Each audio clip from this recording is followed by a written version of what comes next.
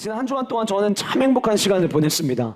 월요일부터 진행됐던 우리 청년들과의 수련회를 통하여서 참 이런 수련회를 할 수 있다는 것도 너무 감사했지만 오랜만에 이제 코로나 시국 동안에 못하다가 오랜만에 수련회를 했는데, 수련회를 참석하고 나서 수련회가 끝나고 나서 또 첫날 첫 시간이 끝나고 나서 서로 다른 지체들이 저에게 이 첫 시간에 주셨던 은혜들을 이렇게 나누기 시작을 했는데, 많은 친구들이 동일한 표현을 썼어요. 그게 뭐였냐면, 목사님 오늘 첫 예배는 한 대 얻어맞은 기분이에요 라는 표현을 많은 친구들이 저에게 똑같이 쓰더라고요.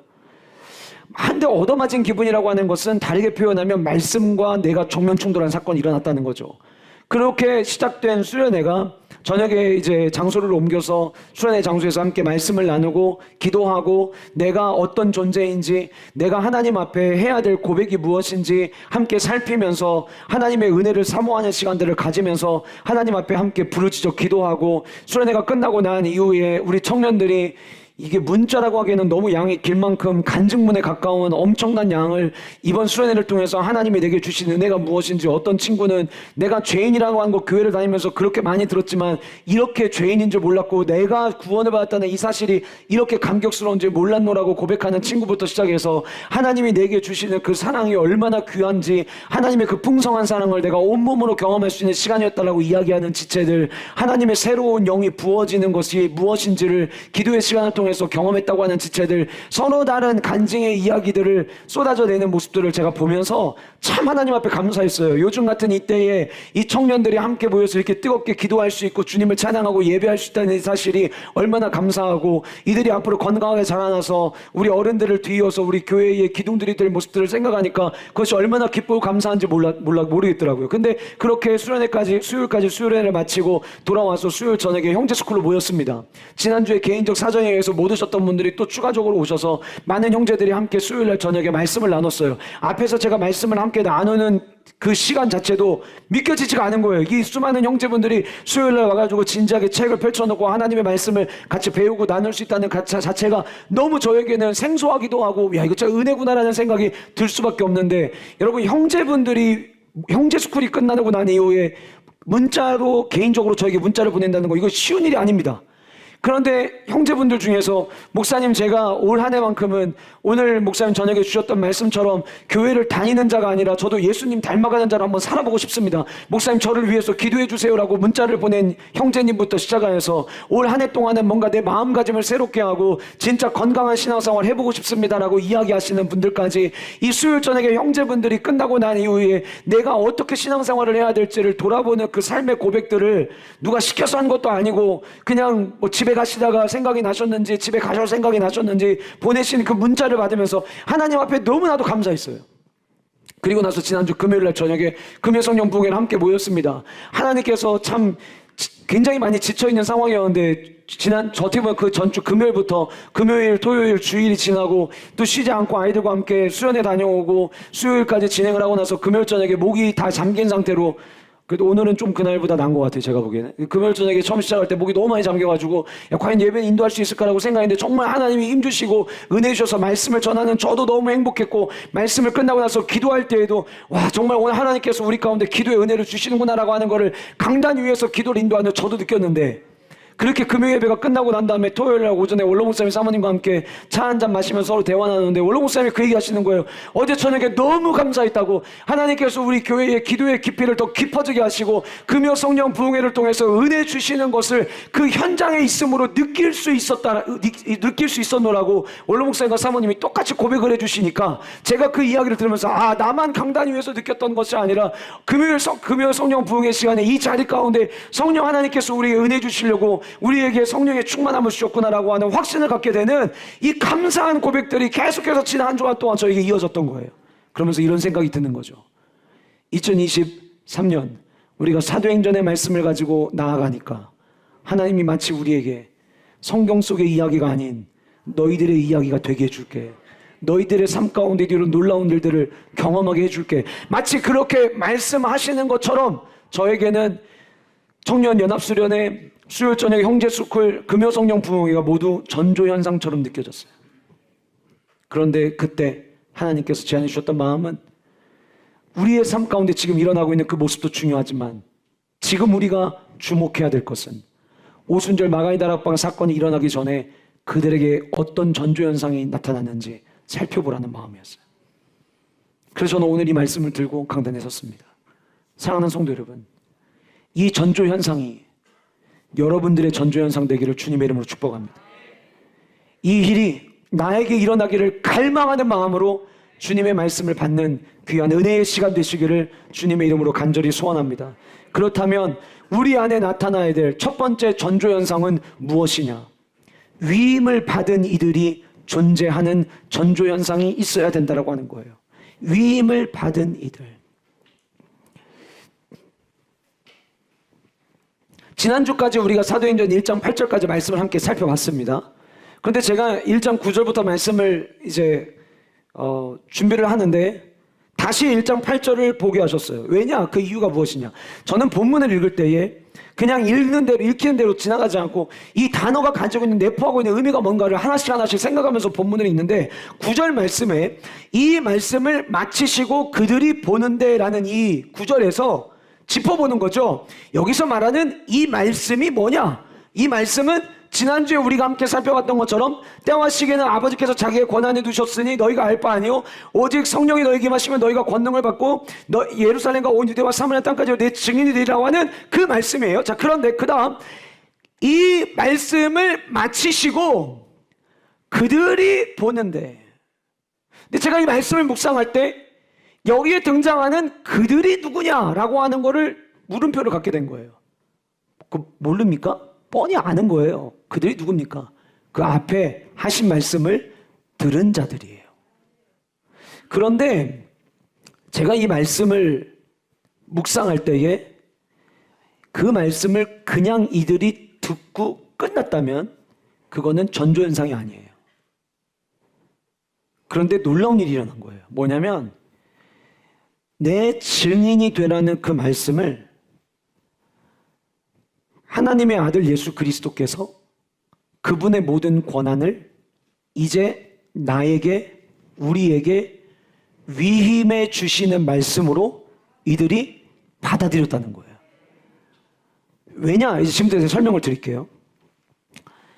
여러분, 누가복음과 사도행전을 동일 인물인 누가가 썼다고 말씀을 드렸어요. 누가복음의 마지막은 예수님의 승천으로 마무리가 되고 사도행전의 시작은 승천으로 시작을 합니다. 그러니까 누가가 쓴 두 개의 책의 중간의 연결고리는 예수님의 승천이 되는 거죠. 그러면 그 얘기는 예수님의 승천이 중요하다는 거예요. 자, 그러면 사도행전 1장 8절에 1장에서 예수님의 승천이 중요하다라고 이야기를 할 때 진짜 중요한 건 예수님이 하늘 위로 올라간 게 중요한 게 아니라 올라가시기 직전에 그 주님이 무엇을 말씀하셨느냐가 중요한 거고, 그 주님이 말씀하신 것이 지난주에 우리가 함께 살펴봤던 내 증인이 되라는 내용이 핵심인 거예요. 그리고 나서 그 말씀을 들은 그들의 움직임이 9절에서부터 시작이 되는 거예요.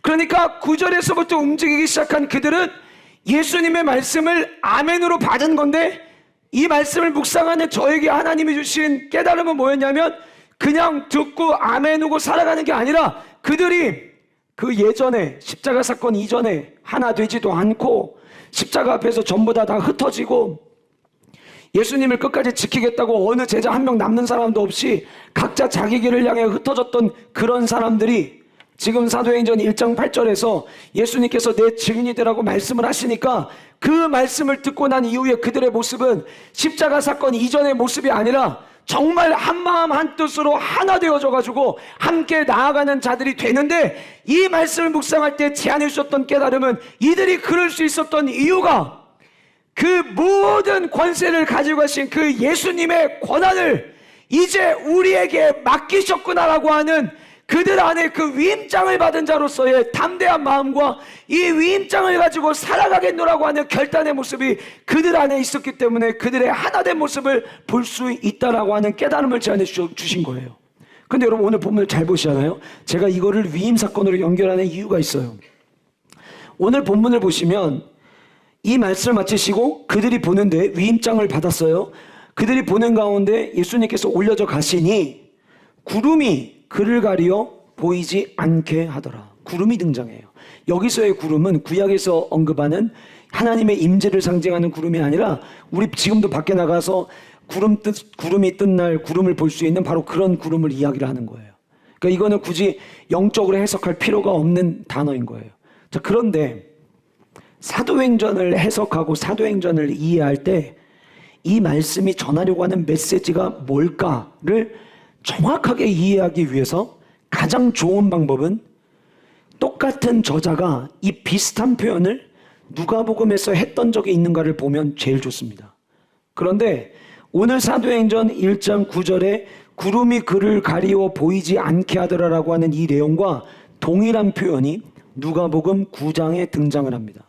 누가복음 9장은 어떤 사건이 등장하냐면 예수님께서 베드로와 야고보와 요한을 데리고 산에 오르셨는데 예수님의 모양이 바뀌는 모습, 우리가 흔히 마태복음 17장, 마가복음 9장, 누가복음 9장에 등장하는 이 사건을 가리켜서 변화산 사건이라고 하는 별명을 붙여주는 내용이 등장하는 본문이에요. 어떤 일이 일어나냐면 예수님께서 베드로와 야고보, 요한을 데리고 산에 올라가십니다.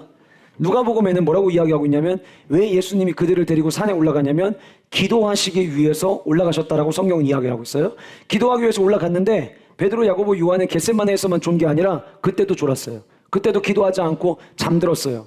그리고 예수님은 끊임없이 하나님을 향하여 기도하고 계시는데 놀라운 일이 일어난 거예요. 예수님의 몸이 바뀌는 현상이 일어난 거예요.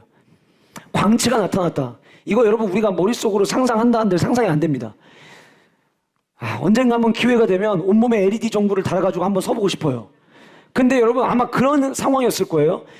자, 베드로, 야고보, 요한이 졸다가 잠에 깼는데 예수님을 봤는데 예수님이 잠들기 전까지 보던 예수님이 아닌 거예요. 그 전까지는 완전한 인간의 모습으로 보이셨는데 그리고 예수님이 뭐 수많은 이적과 기적을 행하실 때 신기하다 했지만 이렇게 신기한 적은 없는 거예요. 왜냐하면 진짜 예수님의 온 몸에서 빛이 막 광채가 뿜어져 나오는 거예요. 이게 뭐지? 너무 신기한 거예요. 예수님이 수많은 기적을 행하셨는데 기적을 행하는 일들은 그때도 마술사들을 통해서 일어난 일이었지만 이거는 어느 누구도 해보지 못했던 진짜 그야말로 신기술인데 예수님이 그 자신의 모습이 변화된 모습을 막 보여주셨어요. 그런데 거기서 끝이 아니에요. 너무 눈이 부셔서 보고 있는데 주님이 두 사람과 같이 있어요. 누군가 봤더니 모세와 엘리야였다라고 성경은 이야기를 합니다. 그러니까 잠들어 있다가 깼던 이 베드로와 야고보와 요한이 예수님에게 이야기합니다. 주님, 우리 여기 장막 3개 짓고 여기서 계속 있읍시다. 이렇게 이야기한 거예요. 왜요? 그 예수님의 변화된 모습과 예전부터 선조로부터 들어왔던 모세와 엘리야를 현장에서 지금 목격할 수 있다는 이 엄청난 특권을 이들이 누리다 보니까 이 산에서 내려가면 이 모습을 더 이상 볼 수 없다는 생각에 그냥 계속해서 여기에 머무르고 싶은 마음이 그들 안에 있었던 거예요. 그런데 그때 구름이 나타나서 예수님과 모세와 엘리야를 전부 다 가립니다. 그리고 시간이 지나서 다시 예수님의 변화되기 전의 모습이 나타나요. 그런데 그때 이 구름이 예수님을 감싸가지고 보이지 않을 때 구름에서 이런 음성이 들렸어요. 이는 내 사랑하는 아들이요 너희는 이의 말을 들을지어다. 자, 지금 되게 신기한 상황입니다. 그 광채의 주님과 어디서 보지도 못했던 모세와 엘리야를 봤는데 구름이 가리워지더니 구름에서 음성이 들리는 거예요. 막 쩌렁쩌렁한 음성으로 들렸을 수도 있고 우리가 그거 다 해야 될 수 없지만 구름에서 소리가 났다는 자체가 일단 되게 신기하잖아요. 내 사랑하는 아들이요 너희들이 해야 될 일이 있다. 이의 이야기를 들어라. 자, 그 이야기가 끝이 나고 난 다음에 예수님이 변화산 사건을 기점으로 예수님의 사역의 전환점을 맞이하게 돼요. 변화산 사건에서 변화시기 전까지는 고치시고 가르치시고 전파하시는 3종 사역을 감당하셨던 그 예수님이 이 변화산에서 변화되는 모습을 보이시고 난 이후에 이제 목적지가 예루살렘으로 정해집니다. 왜요? 십자가 사건을 위해서.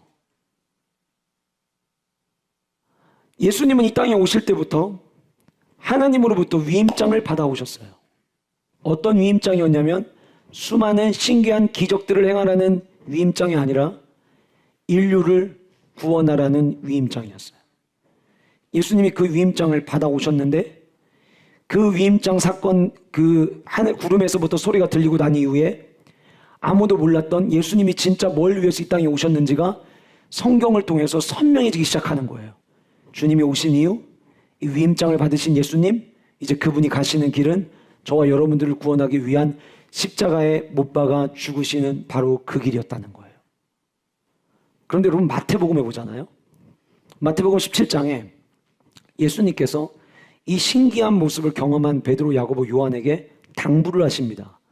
뭐라고 당부를 하시냐면 너희들이 오늘 본 이 일은 내가 죽음에서 부활하고 난 이후에 내가 내 십자가에서 죽고 부활할 때까지 어느 누구에게도 말하지 말라는 당부를 하세요. 자, 그러면 마태복음 17장에 등장하는 예수님의 이 당부는 두 가지 의미를 갖고 있는 거예요. 하나는 문자 그대로 주님이 십자가 사건에서 죽으시고 부활하실 때까지 절대 얘기하지 말라는 거. 두 번째는 언제부턴 얘기해도 된다는 거예요. 언제부터는? 예수님이 부활하시고 난 이후에는 이제는 말해도 돼. 이게 이 문장 안에 포함되어 있는 의미예요. 자, 그러면 예수님의 제자들이 예수님이 십자가 못 박혀 죽으실 때 다 도망갔잖아요. 끝났다고 생각을 했잖아요. 그런데 주님이 예전에 말씀하신 대로 살아나셨어요. 살아나셨는데 살아나시고 나서 40일 동안 하나님의 나라의 일을 전하기 위해서 나타나신 예수님은 지난주에 잠깐 말씀드렸지만 시공간을 뛰어넘는 주님이셨어요. 만약에 지금 우리가 그때 당시로 가잖아요. 우리가 이렇게 예배하고 있으면 갑자기 벽을 뚫고 주님이 나오실 수도 있어요. 그때 당시에 주님은 그야말로 4차원적인 우리의 생각으로 이해할 수 없는 주님이시란 말이에요. 근데 생각을 해본 거예요. 자, 예수님이 십자가 사건 죽으셨습니다. 부활하셨어요. 아직 승천하시기 전이에요. 예수님께서 말씀하셨죠. 부활하기 전까지만 얘기하지 마. 부활하고 나서는 말해도 돼. 그러면 그때부터 이들이 모여있을 때, 두려운 마음을 가지고 모여있을 때 아마 얘기할 때 수많은 얘기가 나오지 않았겠어요? 야, 이건 믿어지지가 않아. 예수님에 대해서 믿어지지 않아. 그때 베드로, 야고보, 요한 중에서 한 명이 야, 이거 진짜 너네들은 몰랐던 일인데 이제 얘기할 수 있을 것 같아. 왜냐면 예수님이 이때까지 얘기하지 말라고 했거든. 근데 이제 얘기해도 돼. 뭔데? 아니, 야, 우리가 예수님이 언젠가 한번 기도하러 같이 올라가자고 해서 기도하러 따라 올라갔는데 예수님이 우리 맨날 보던 그 예수의 모습이 아니야. 지금 막 예수에게 벽 뚫고 오는 거 이것도 신기한데 그때 생각해보면 그래, 맞아. 그때 진짜 신기했지. 진짜 맞아. 우리 근데 왜 니들 얘기 안 했냐? 아, 예수님이 얘기하지 말라고 했거든. 그래서 왜 얘기 못 했던 거야? 무슨 일이었는데? 아니, 예수님이 온몸에서 광채를 내기 시작하셨어. 에이, 말도 안 돼. 아니야, 진짜 우리도 믿겨지지 않았어. 그런데 그때 예수님만 계신 게 아니다? 그럼 누가 있었는데? 그 옆에 모세와 엘리야가 있었어. 뭐 이름표 달고 나왔니? 모세랑 엘리야가 나 모세, 나 엘리야 이름표 달고 나왔어? 그러고 보니까 모세 이름표도 없었고 엘리야 이름표도 없었는데 근데 너네들 어떻게 세 명 다 그가 모세였고 엘리야였다는 걸 알아? 야, 진짜 그러네. 그것도 신기하네. 지금 생각해보니까 그것도 신기하네.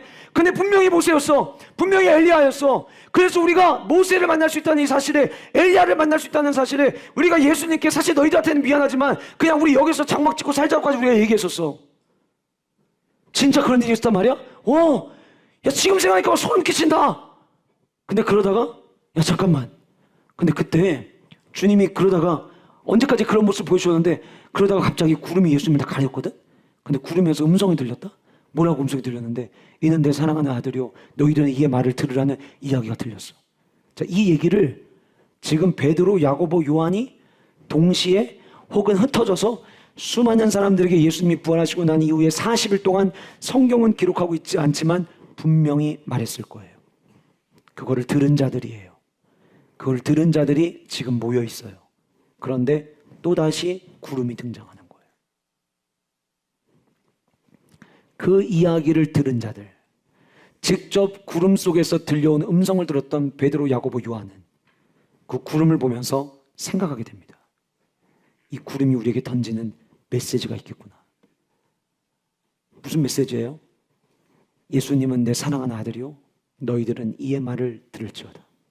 근데 그 주님이 구름 타고 올라가시기 직전에 그들에게 전하신 메시지는 오직 성령이 너희에게 임하시면 너희가 권능을 받고 예루살렘과 온 유대와 사마리아와 땅까지 이르러 내 증인이 되리라. 이 말씀을 예수님의 제자들과 주님의 부활의 승천을 목격하는 그들이 내게 맡겨주신 위임장으로 받아들이게 된 거예요. 예수님께서 요한복음 14장 12절에 저와 여러분들에게 언젠가 시간이 지나서 우리가 이 말씀을 읽기를 바라는 마음으로 남겨주신 한 구절이 있습니다. 같이 화면 보시면서 읽도록 하겠습니다. 같이 읽겠습니다. 시작. 일로 너에게 이르노니 나를 믿는 자는 내가 하는 일을 그도 할 것이요 또한 그보다 큰 일도 하리니 이는 내가 아버지께로 감이라. 내가 진실로 진실로 너에게 이르노니 나를 믿는 자는 내가 하는 일을 그도 할 것이요. 무슨 얘기예요? 저와 여러분들에게 주님께서 주시는 말씀이에요. 주님은 여러분 공생의 3년 반이었어요. 승천하고 올라가셨죠? 근데 주님 말씀하십니다. 우리가 주님보다 더 위대한 일은 할 수 없어요. 위대한 기적을 더 행할 수 없어요. 그러나 주님의 공생의 3년 반의 시간적 제한을 뛰어넘어서 우리는 더 많은 일을 할 수 있어요. 주님께서는 저와 여러분들에게 그 많은 일을 우리가 감당하기를 원하는 마음으로 우리에게 위임장을 주신 거예요. 문제는 뭔 줄 아세요? 이 위임장을 내가 어떻게 받아들였냐는 거예요. 지난주에 우리는 사도행전 1장 8장의 말씀을 이미 나눴습니다. 여러분들이 그 말씀을 어떻게 받아들였냐는 거예요. 그 하늘의 모든 영광을 지니신 그분이 이제는 내가 할 수 없는 역할들을 너희들이 증인이 되어서 내 모든 권한을 너희들에게 위임해 줄 테니까 성령 하나님의 은혜를 구하며 너희들이 더 많은 일을 나는 감당해 줬으면 좋겠다 라고 하는 마음을 가지고 성령의 당부를 저와 여러분들에게 지난주 말씀을 통해 주셨는데 나는 주님의 그 마음을 어떻게 받아들였느냐라고 하는 거예요. 하물며 저와 여러분들은 하늘의 영광을 다 가지고 계신 그 예수님께서 내가 다 하지 못한 그 모든 뜻을 이제 너희들이 감당해 달라고 내 증인이 되어 달라고 저와 여러분들에게 위임장을 주셨어요. 위임장을 우습게 여기는 경우는 없어도 되는 위임장이나 나보다 낮은 사람이 나에게 주는 위임장은 없어도 됩니다. 그러나 나보다 높은 분이 그의 권한을 나에게 줬다면 우리는 그 위임받은 것을 감사히 여기고 그 위임받은 자로서의 삶을 살아내기 위해서 애써야 하는 것이 맞을 거예요.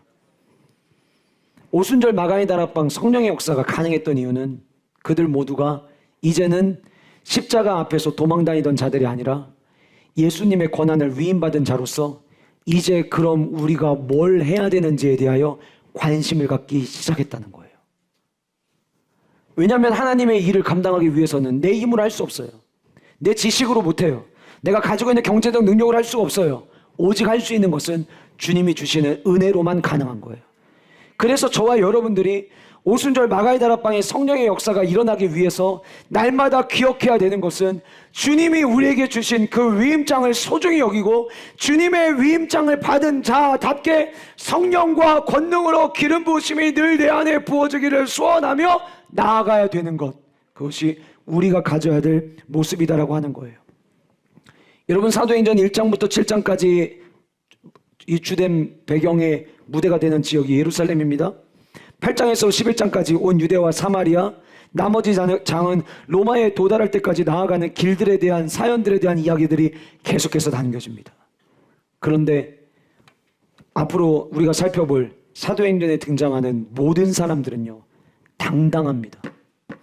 옥에 갇혀 있어도 당당합니다. 매를 맞아도 당당합니다. 왜요? 내 안에 품고 있는 주님이 내게 맡겨주신 위임장이 있기 때문인 거예요. 저에게 주신 위임장이 아니라 우리 모두에게 그 위임장을 주셨어요. 그래서 나도 주님의 그 위임장을 받은 자로서 주님이 내게 맡겨주신 더 많은 일을 감당하라고 말씀하시는 그 주님의 음성을 들으며 그럼 나는 무엇을 감당해야 될 것인가? 이 질문을 던지며 주님이 말씀하신 그 길을 따라갈 때에 하나님의 놀라운 역사가, 마가의 다락방의 역사가 우리의 삶과 여러분들의 가정, 우리 교회 가운데 펼쳐질 줄 믿으시기를 바랍니다. 두 번째로 하나님의 놀라운 성령의 역사에 두 번째 나타난 전조현상은 재림의 소망을 갖게 된다라고 하는 거예요. 재림의 소망을 갖게 된다. 그런데 여러분, 오늘 이 본문 안에서 저는 여러분들에게 성령의 역사가 일어나기 전에 전조현상으로 뭘 지금 얘기하고 싶냐면 재림의 소망을 갖게 된다라는 이야기를 지금 저는 여러분들과 이야기하려고 하는 거예요. 자, 예수님이 올라가실 때 제자들이 자세히 하늘을 쳐다보고 있습니다. 왜 쳐다봤을까요? 우리 거기 있었으면 우리는 어땠을까요? 우리 똑같이 쳐다봤겠죠. 얼마나 신기합니까? 뭐 기구 타고 올라가시는 것도 아니고 와이어에 매가지고 올라가시는 것도 아니고 그냥 갑자기 예수님께서 그냥 공중부양하시는 거예요. 쭉 올라가십니다. 너무 신기한 거죠. 사람들이 쳐다봅니다.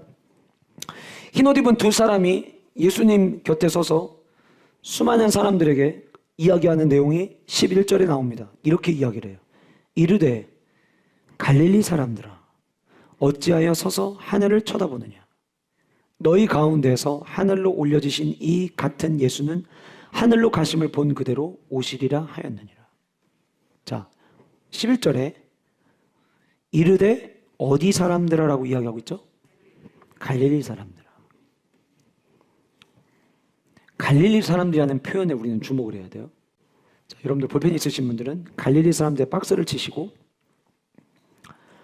어찌하여 서서 하늘을 쳐다보느냐 거기에 가운데를 비워놓는 V체크를 하신 다음에 갈릴리 사람들이라고 한 단어를 거기다 끼워 넣어보세요. 화살표로.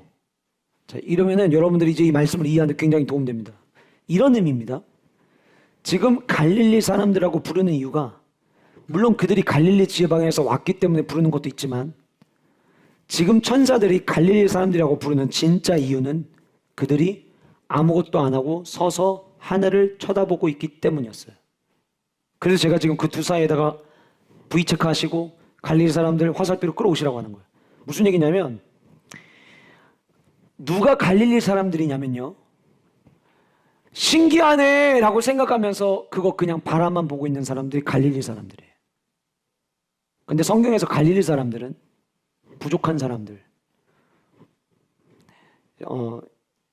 예수님이 십자가 사건을 경험하고 있을 때 한마디도 하지 못했던 나약한 사람들, 모자란 사람들, 능력 없는 사람들. 그래서 갈릴리 출신이다 그러면 사람들이 무시부터 했어요. 원래 그 갈릴리 사람들이 똑똑한 사람들이 살지도 않을 뿐더러 갈릴리 그러면 그냥 촌구석이에요. 촌구석. 거기서 뭐 선한 게 나올 수가 없어요. 그냥 무시받던 그런 동네예요. 그런데 지금 하늘로 올라가는 그 예수님을 가만히 서서 쳐다보는 그들을 향하여 갈릴리 사람들아라고 이야기하고 있는 것은 주님께서 우리에게 위임장을 주셨는데 그 위임장을 받고 아무것도 안 하고 그냥 그 자리에 서서 와우 신기하네 그러면 그거 갈릴리 사람으로 끝나는 거예요. 그런데 그 다음에 그 갈릴리 사람으로 끝나지 않는 비결이 그 다음에 나오는 거예요. 그게 뭐예요? 너희 가운데서 하늘로 올려지신 이 예수는 하늘로 가심을 본 그대로 오시리라. 무슨 얘기입니까? 갈릴리 사람으로 살지 말고 다시 오실 그 주님, 재림의 주님을 기다리며 그 다시 오실 주님에 대한 소망을 가지고 살아가라는 이야기를 지금 하고 있는 거예요. 여러분, 그리고 나서 성경이 12절 말씀은 그들이 예루살렘으로 돌아왔다고 이야기합니다. 예루살렘이 어떤 곳입니까? 제가 지난주에 말씀드렸지만 예루살렘 쉽게 돌아올 수 있는 데가 아니에요. 마치 그 동네는요 벽에 현상수배자 해서 제자들의 이름이 붙여 있지 않을 뿐이지 그 도시의 사람들은 수많은 사람들이 예수님의 제자들과 주님을 따랐던 수많은 사람들을 바라보는 시선은 저것도 예수님이랑 같이 한 통속 아니야 라고 하는 시선이 여전히 남아있는 땅이에요. 예전 같으면 예수님의 제자들 거기 못 가요. 두려워서 못 가요. 그런데 그들이 12절 말씀에 예루살렘으로 돌아갑니다. 무엇이 그들을 예루살렘으로 돌아가게 했을까요? 주님 끝난 게 아니라 주님 다시 오신다. 다시 말씀드릴게요. 주님 하늘로 올라가시고 여기서 끝이 아니라 그 주님께서 이제 주님 하나님 보좌 우편에서 날마다 우리를 돌보시고 성령 하나님으로 우리를 지키시고 보호하시고 도우시고 난 이후에 우리가 마지막 날 주님 다시 만나게 될 거라는, 주님이 올라가신 게 끝이 아니라 재림하실 거라고 하는, 다시 만날 거라고 하는 이 소망을 그들이 가졌기 때문에 예루살렘이 이젠 더 이상 두려운 장소가 아닌 거예요. 여러분, 사도행전과 신약성경에 등장하는 제자들의 모습은요 굽히지 않습니다. 당당합니다. 왜 그들이 그렇게 굽히지 않고 당당할 수 있었을까요?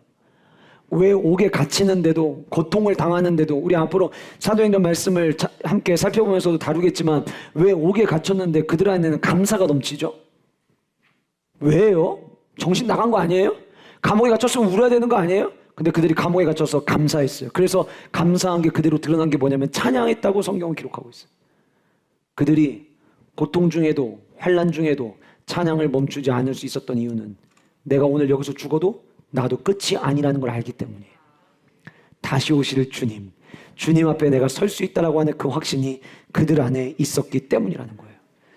여러분, 우리가 지금 사도행전 말씀을 나누고 있지만 사복음서에서 예수님의 사역의 이야기가 끝나고 사도행전으로부터 시작해서 마지막 요한계시록까지 이 말씀이 계속 기록될 때 마지막 요한계시록 22장 20절은 이렇게 우리에게 이야기합니다.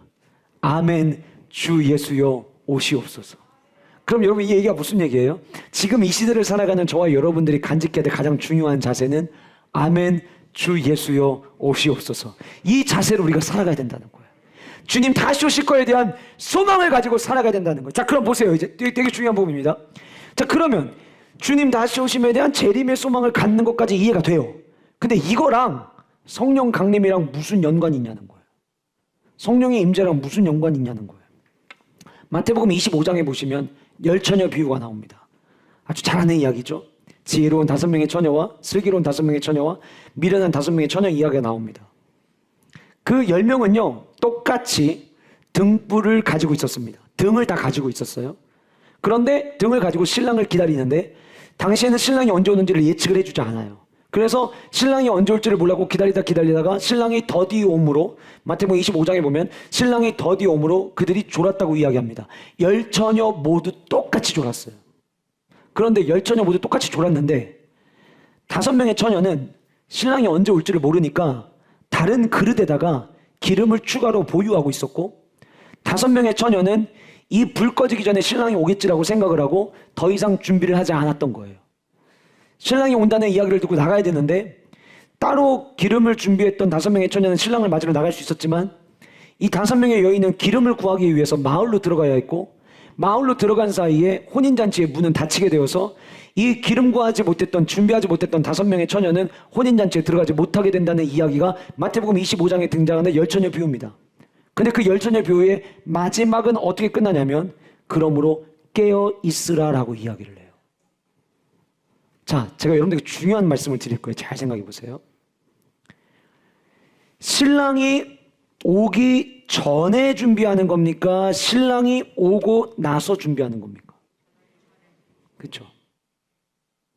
신랑이 오기 전에 준비하는 자들을 성경은 지혜로운 자라고 이야기하는 것이고 신랑이 오고 난 뒤에 움직이는 사람을 미련한 자라고 이야기합니다. 미련한 자라고 이야기하지만 그 미련한 자는 들어가지 못합니다. 주님 언제 오실지 우리는 아무도 알지 못한 채 살아갑니다. 그런데 어쩌면 죄송하지만 여러분들 중에는 지난 한 주간 동안 주님이 안 오신 게 천만다행이신 분들이 계실 거예요. 왜요? 기름 준비해야 된다는 것을 몰랐거든요. 어쩌면 여러분들 중에는 진짜 하나님께 지난 한 주간 동안 오시지 않은 거에 대해서 감사하셔야 될 분들이 계시다는 거예요. 왜냐? 준비는 주님이 오시기 전에 하는 것이지 오시는구나 하고 준비하기 시작하면 끝납니다. 주님이 마지막 때에 다시 오실 거라고 하는 것을 제자들은 알았어요. 주님께서 수많은 비유를 들려주셨던 걸 그들은 기억하고 있었어요. 주님 말씀하셨어요. 오고 난 다음에 준비하는 건 의미 없다. 오기 전에 준비해라. 근데 그들은 주님께서 이미 말씀하셨잖아요. 내가 너희들을 위해 준비한 성령을 내가 너희들에게 줄 테니까 예루살렘을 떠나지 말고 지키라고 그 이야기를 이미 들었어요. 이들 뭐 하는 겁니까? 이제 준비합니다. 자, 보세요. 잘 들으세요. 주님 오실 날을 준비한다라고 하는 거는요, 재림의 소망을 갖는다는 것은요, 주님 오시는 그 디데이를 준비하는 삶을 살아가는 게 아니라, 잘 들으셔야 돼요. 주님 오심을 기다리는 재림의 소망을 가지고 살아간다는 것은 오늘을 준비하는 거예요. 여러분, 이거를 반드시 기억하셔야 돼요. 재림의 소망을 갖는다는 것은 언젠가 오실 그 주님 마지막 때에 징조들이 나타나고, 여러분 징조는요 이미 지금 수도 없이 나타나고 있습니다. 성경에서 말세가 될 때 나타나는 징조는 이미 넘칩니다. 차고 넘칩니다. 그래서 오늘 예배가 끝나고 내일 주님이 오셔도 이상하지 않아요. 그런데 재림을 기다리는 성도는 그 언젠가 오실 그날을 준비하는 게 아니라 오늘을 준비하는 거예요. 오늘을. 자, 그래서 여러분 올라가신 그대로 오시겠다, 그 이야기를 듣자마자 재림의 소망을 가진 제자들이 함께 모입니다. 오늘을 살아갈 은혜를 구하는 거예요. 왜요? 오늘을 살아갈 은혜가 없으면 주님 오실 날 재림의 때를 기다릴 수가 없기 때문이에요. 저와 여러분들이 하루하루를 하나님이 공급하시는 은혜로 살아가지 않으면 우리는 주님 오심을 절대 준비할 수 없습니다. 그래서 재림의 소망을 가진 자는 오늘 내게 흡족한 은혜를 부어주시기를 사모하게 돼 있는 거예요. 그 간절한 마음이 모아져서 마가의 다락방에 모였을 때 성령 하나님께서 불을 내려주신 거예요. 재림의 소망이 오늘을 살아가게 하는 힘이 되는 은혜와 축복이 우리 모든 영가족들에게 있으시기를 주님의 이름으로 간절히 소원합니다. 마지막 세 번째로 나타난 전조현상은 기도에 힘쓰기 시작했다는 거예요.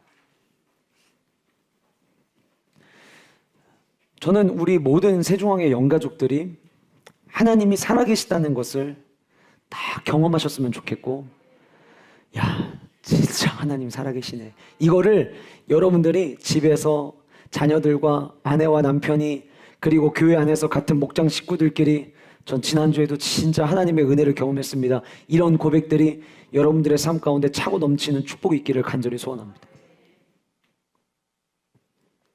그런데 여러분, 이 소망을 가질 때에 절대 뺄 수 없는 게 기도입니다.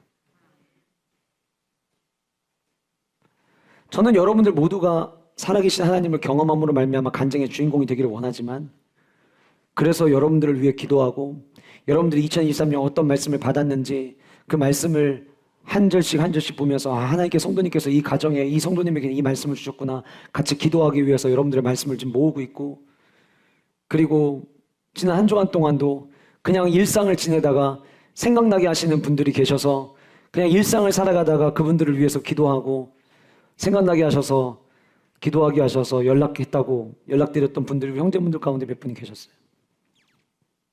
저는 여러분들이 정말 그 은혜의 주인공이 되기를 원해요.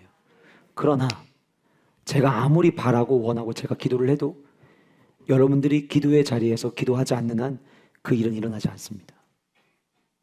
그래서 함께 기도에 힘써야 되는 거예요. 예루살렘으로 돌아와 그들이 머물던 다락방으로 그들이 모입니다. 마가의 다락방 기도회가 열린 거죠. 제가 지난주 금요일장에서 잠깐 말씀드렸지만 신학회는 참 다양한 신학회가 있습니다. 그런데 개혁주의 생명신학회라고 하는 학회가 있어요. 이 개혁주의 생명신학회에는 학교 총장님이셨던 분들, 또 지금도 현역으로 교수로 계신 분들, 수많은 신학교에서 교단을 초월해서 총신대, 고신대, 또 서울신대, 수많은 교수님들이 같이 모이었는데, 이분들 공통적인 특징이 뭐냐면 교회가 생명력을 잃지 않기 위해서 뭐가 필요하냐를 계속해서 성경을 통해서 연구하시고 그거를 학술대를 통해서 발표하시는 거예요. 근데 전 백석대학교 총장님이셨던 분이 이런 이야기를 하셨어요. 한국교회 회복을 위해서 기도와 성령으로 돌아가야만 하고, 그러기 위해서 방법은 교회마다 기도회가 회복되는 거다. 그거밖에 답이 없다는 거예요. 성경의 모든 역사가, 부흥과 회복의 역사에는 함께 모여서 함께 나아갔던 기도의 자리, 기도의 모습들이 있었다는 거예요. 여러분, 오늘 본문에 그들이 어떻게 기도했는가 14절에 이렇게 이야기합니다. 더불어 마음을 같이하여 오로지 기도에 힘쓰더라. 오로지 회의에 힘쓰더라. 오로지 프로그램 개발에 힘쓰더라. 오로지 침묵에 힘쓰더라가 아니라 오로지 기도에 힘쓰더라. 이 기도에 힘썼다라고 하는 프로스칼테오라고 하는 헬라어는 신약 성경에 10번이 등장하는데 그 10번 중에 6번이 기도와 짝을 이룹니다. 그런데 이 프로스칼테오라고 하는 단어가 기도를 목적으로 취하게 되면 어떤 의미를 갖게 되냐면 전심 전력 집요하게 기도한다라고 하는 의미를 갖게 돼요. 청년 수련회를 했는데 첫날 교회에서 먼저 첫 번째 예배를 드리고 출발을 했거든요. 그 수련회 장소에 이제 도착을 했습니다. 저녁에 말씀 나누고 찬양하고 말씀 나누고 기도하는데 제가 첫 교회 예배 시간에 우리 청년들한테 그렇게 요청을 했어요. 나도 모든 에너지를 다 쏟을 테니까 여러분들도 모든 에너지를 다 쏟으십시오. 제가 어제 원로 목사님이랑 대화 나누면서 그런 이야기 했어요. 저 담임 사역할 때 꼭 해보고 싶은 사역 하나 있습니다. 청년들 수련회 가듯이, 물론 우리 8월 달에 다 같이 제주도 가잖아요. 이렇게 가는 거 말고, 전교인 수련회 말고, 지금 내가 은혜가 필요합니다. 지금 내가 회복돼야 됩니다. 자원하는 성도님들 일정 기간 동안 수련회 가실 분들 모집해서 몇 명이든 30명이든 40명이든 20명이든 같이 가가지고 청년들 이렇게 예배하는 것처럼 뜨겁게 기도하고 마음껏 찬양하고 이런 시간 한번 가져보고 싶다는 이야기를 제가 어제 원로 목사님하고 했어요. 청년들이랑 갔거든요. 이 청년들이, 우리 교회 청년이 참 마음이 순수해요. 내가 모든 에너지를 쏟을 테니까 여러분들 그렇게 쏟자고 이야기하는 말에 마음과 마음이 딱 맞은 거예요. 첫날 기도를 하는데 저희 집회했던 장소가 조립식 건물로 지어진 그 위에 판넬을 덮어 놓았는데 진짜 어떤 생각이 들었냐면 기도하다가 야, 천장 들썩일 수 있겠다라는 생각이 들 만큼 얼마나 기도를 간절히 하는지. 저도 진짜 온 힘을 다해서 쥐어짜듯이 저도 기도를 했거든요. 여러분 진짜 쥐어짜듯 기도하면 어떤 현상이 나타나냐면요, 여기에 쥐가 와요. 여기에. 왜냐면 힘을 주어서 기도하다 보니까 여기에 기도 근육이 쥐가 와요. 얼마나 힘을 주는지. 그래서 제가 기도하고 찬양기도 하다가 중간중간에 뒤로 이렇게 막 제쳤어요. 왜 그러냐면 여기 하도 막 쥐가 와가지고. 그렇게 하나님을 향하여 부르시니까 제가 설교를 잘해서가 아니라 그 간절한 마음으로 오늘 이번 이 수련회 하나님이 내게 은혜 주시면 안 됩니다 라고 하는 이 간절한 마음을 가지고 집요하게 끈질기게 기도하니까 내가 얼마나 큰 죄인인지, 하나님이 내게 주신 사랑은 얼마나 위대한지 그 자리에서 너무 생생하게 하나님이 경험하게 하시더라는 거예요. 둘째 날 저녁 가운데 기도하는데 성령 하나님께서 제 마음 가운데 오늘 이 청년들에게 새 영을 부어주기를 원하신다는 마음을 제 안에 막 주셨어요. 그래서 제가 기도하다가 중간에 기도를 멈췄어요. 지금 하나님이 내 마음 가운데 여러분들에게 새 영을 주시려고 한다는 마음을 계속 주신다. 우리 이제부터 기도할 때 내게도 새 영을 달라고 기도하자. 여러분 이 말이요, 쇼가 아니라 이벤트가 아니라 실제요 사실될 수 있는 이유는 하나님이 영으로 살아계시기 때문이에요. 요한복음에 하나님 말씀하셨잖아요. 하나님은 영이시니 영과 진리로 예배하는, 신령과 진리로 예배하는 자를 하나님이 찾으신다라고 성경이 이야기하고 있어요. 그러니까 그 말씀이 팩트이기 때문에 이대로 기도하면 하나님이 역사하시는 거예요. 그래서 기도했어요. 집회가 끝났어요. 목사님, 하나님이 새 영을 주신다는 게 뭔지 저는 오늘 밤 체험했습니다. 이런 고백들이 그날 저녁에 있었어요. 내가 경험하지 못했다고 해서 그런 일은 말도 안 되는 거야, 감정적인 일일 거야, 여러분들 그렇게 덮어두지 마세요. 치부하지 마세요. 하나님의 놀라운 성령의 역사를 내가 제한하고 내가 아무것도 아닌 것처럼 여기는 것만큼 성경이 이렇게 이야기합니다. 성령이 하시는 역사를 회방하는 것은 용서받지 못하는 죄라고 성경은 경고하고 있어요. 그리고 청년들과 함께 진짜 끈질기게 기도한 거예요. 사랑하는 성도 여러분, 하나님의 놀라운 역사를 경험할 수 있는 유일한 방법은 기도하는 것밖에 없습니다. 제가 아까 전에 요한복음 14장 12절 말씀 함께 읽었잖아요. 내가 한 일, 더 큰 일을 너희들이 해야 된다. 주님 말씀하셨잖아요. 그 14장 12절 다음에 13절 말씀이 뭔 줄 아세요? 기도예요. 무슨 얘기입니까? 나는 너희들이 더 많은 일을 감당했으면 좋겠어. 근데 그 일은 그냥 일어나는 게 아니라 기도할 때 일어나는 거예요. 주님이 말씀하시잖아요. 내가 너희들이 더 많은 일을 감당했으면 좋겠어. 그러면 어떻게 감당할 거예요? 성령 충만해야 되잖아요. 성령의 은혜가 있어야 되잖아요. 그러면 그 성령의 충만함과 성령의 은혜를 위해서 우리가 해야 되는 건 뭐냐? 기도하는 거예요. 그때 하나님은 역사하시는 거예요. 그리고 그들은 오늘 본문에 한 마음으로 기도했다라고 성경은 이야기합니다. 더불어 마음을 같이 하여 오로지 기도에 힘쓰니라. 자, 여러분, 제가 오늘 여러분들에게 성령의 역사와 성령의 충만하심을 경험할 수 있는 가장 좋은 비결을 말씀드릴 건데 잘 들어보세요. 그냥 기도가 아닙니다. 더불어 같이 마음을 모아서 기도했잖아요. 그러면 지금 이들이 하는 기도는 아이고 주님 이렇게 가셨으면 앞으로 우리 어떻게 살으란 말이에요. 이 기도가 아니에요. 지금 이들이 하는 기도는 뭐냐면 내가 너희들에게 성령을 보낼 테니까 성령을 기다려라. 너희들 증인 되라. 너희들 위임장 받은 자로서 내 다시 올 때까지 기다려라. 이 모든 걸 가지고 하나님의 나라와 의를 구하는 공동체적 기도라는 거예요. 공동체적 기도라는 거예요. 내 개인 기도로 성령의 충만함을 받는 게 아니라 내 개인 기도로는 하나님의 응답을 구할 수는 있어요. 그러나 성령의 충만. 근데 여러분, 내가 원하는 일들이 일어나는 개인적 바램보다도 진짜 우리가 받아야 될 기도의 응답은 성령의 충만이에요. 왜요? 성령의 충만을 받아야 하나님의 살아계시다는 걸 경험할 수 있기 때문이에요.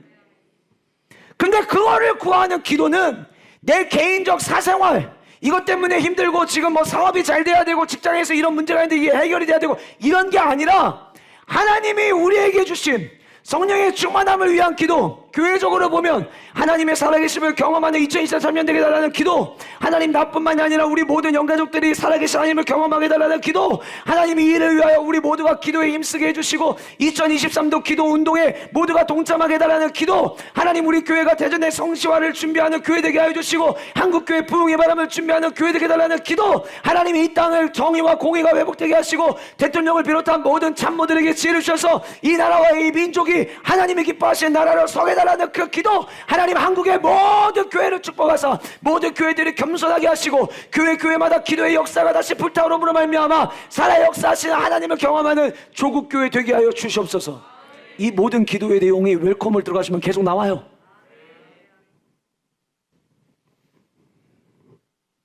그 기도가 있을 때에 성령의 역사가 일어났다는 거예요. 제가 지난주에도 말씀드렸죠. 자꾸 여러분 우주적 교회 논하지 마세요. 우주적 교회를 논하는 분들 치고 건강한 교회 생활 하는 분이 없어요. 우주적 교회를 논한다는 것은 신약 성경의 절반 이상을 내가 거부하는 거나 똑같은 거예요.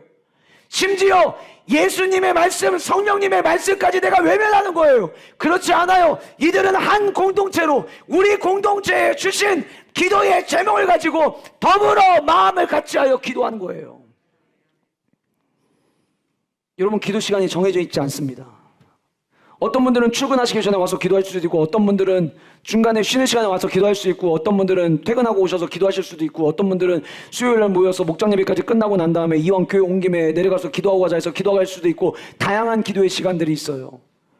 사랑하는 성도 여러분, 저는 스티커가 채워지기를 원하는 게 아니라 여러분들의 삶에 하나님의 역사가 나타나기를 원해요. 그래서 기도하자는 거예요. 더불어 마음을 같이하여 전심으로 끈질기게 오로지 기도에 힘쓰는 교회가 되자라고 하는 거예요. 사랑하는 여러분, 예 주님, 제가 주님이 사랑하시는 것을 더 사랑하고 돌보겠습니다. 예 주님, 주님이 제게 맡기신 사명을 제가 감당하겠습니다. 입으로 이야기한다고 해서 삶이 변화되는 게 아니라 내가 그걸 가지고 기도의 자리에서 녹여낼 때 놀라운 일들이 일어난다는 것을 우리는 늘 기억해야 된다고 하는 거예요.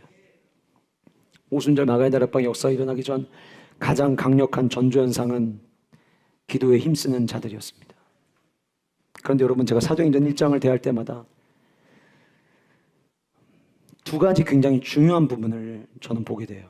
여러분, 오늘 본문에 보시면 13절에 그들이 다락방으로 올라갑니다. 누가복음에서는 다락방이라고 하지 않고 성전이라고 이야기하고 있어요. 무슨 얘기냐면 누가복음과 사도행전이 잘못된 게 아니라 다락방에 모여도 거기에 기도가 있고 거기에 성령의 역사가 있으면 성전이 될 수 있는 거예요. 함께 모여서, 여러분들 목장에서 모여서 함께 목장 모임 나누시고 마치고 기도하실 때 거기 그 장소들이 교회가 될 수 있어요. 성전이 될 수 있어요. 근데 잘 보세요, 여러분. 13절에 예수님을 팔아넘긴 가룟 유다를 제외한 나머지 11명 제자 이름이 다 나옵니다. 뭘 얘기하려고 할까요? 저는 이 말씀을 대할 때마다 성경이 이렇게 이야기하는 것처럼 들려요. 누가 진짜 제자일까?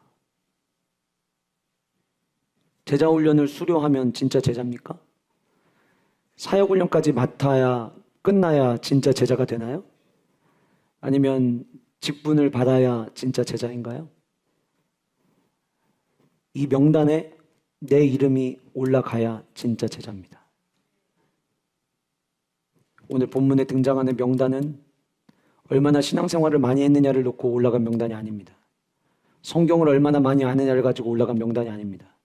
오늘 본문에 등장한 이 제자들의 이름은 기도에 참여한 자들입니다. 저는 우리 교회 진짜 예수님의 제자가 많았으면 좋겠습니다. 기도해야 제자입니다. 왜요? 기도해야 능력을 받고, 능력을 받아 증인으로 살아가고 위임장 받은 자로 재림의 소망을 가지고 살아가는 자, 그게 진짜 제자이기 때문이에요.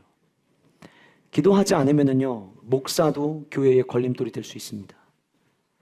기도하지 않으면 내가 신앙생활을 오래 했어도 그게 오히려 나를 걸고 넘어뜨리게 하는 장애물이 될 수 있습니다.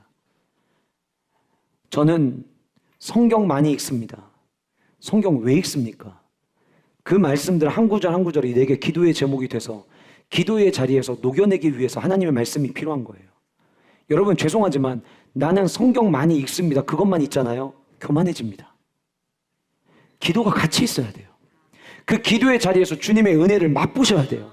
아, 기도하면 하나님께서 은혜를 주시는구나라는 걸 맛봐야 우리들 그 안에서 성령 하나님의 일하심을 맛볼 수 있게 된다라고 하는 거예요.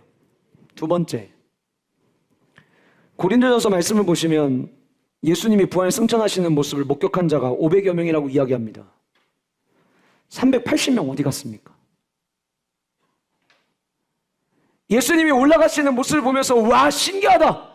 어떻게 사람이 올라가? 이 말도 안 되는 걸 내가 보내? 380명은 그것만 끝이었어요. 교회를 다니면서 저 사람 얘기 들어보면 진짜 신기하긴 하네. 내 이번에도 우리 권사님 얘기 들었는데 진짜 하나님이 계신 것 같긴 하네. 누가 또 이번에도 기도에 이렇게 응답하셨다는데 계시긴 계신가 봐. 누구냐? 380명이에요. 어떤 분들은요, 불과 1년 전까지만 해도 120명이었는데 지금 380명에 서 계신 분들도 계실 수 있어요. 중요한 차이는 뭔 줄 아세요? 380명은 오순절 마가의 다락방에 성령의 그 역사를 경험하지 못한다는 거예요. 성도로 살아가면서 가장 큰 축복은 성령의 역사를 경험하는 겁니다. 우리 앞으로 금요 성령 부흥회 때마다 새 방언을 위해서 기도할 거고, 금요 성령 부흥회 때마다 삶의 문제를 놓고도 기도하겠지만 하나님 우리 교회를 통하여 하나님의 나라를 이루기를 원합니다. 주여 우리에게 성령을 부어주시옵소서. 그리고 우리 교회의 이 자리에서 성령의 놀라운 역사가, 불타오르는 역사가 일어날 것을 우리는 꿈꾸는 거예요. 사랑하는 성도 여러분, 기도의 자리를 지키는 제자가 되십시오. 신기하고 멋있고 화려한 것만 보고서는 돌아가는 380명 되지 마시고 끝까지 그 자리를 지키시는 120명이 되시는 모든 성도님들 되시기를 주님의 이름으로 축복합니다. 나카무라 미치루라는 사람이 이런 얘기를 했습니다. 인생은 곱셈이다. 어떤 기회가 와도 내가 제로면 아무런 의미가 없다. 성도는 곱셈이다. 이건 제가 바꾼 거예요. 성도는 곱셈이다. 어떤 기회가 와도 내가 제로면 아무런 역사가 일어나지 않는다. 자, 보세요, 여러분. 제가 경험한 하나님은요, 만 가지 더 많은 일을 감당하실 수 있는 하나님이십니다. 그런데 제가 0이면 아무리 하나님의 능력이 10,000억이 넘어가도 내가 0이면 아무 일도 일어나지 않습니다. 곱하기 다 아시죠? 10 곱하기 0은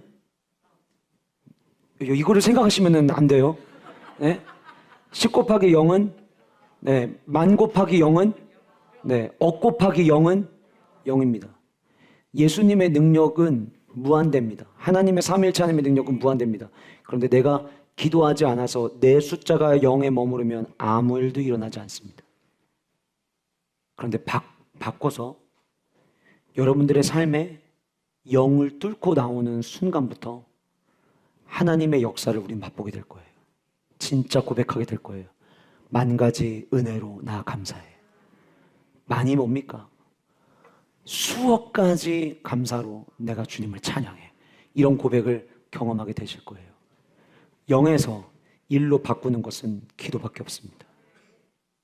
신앙은 지난날의 경륜으로 하는 게 아니라 오늘의 기도로 살아가는 겁니다.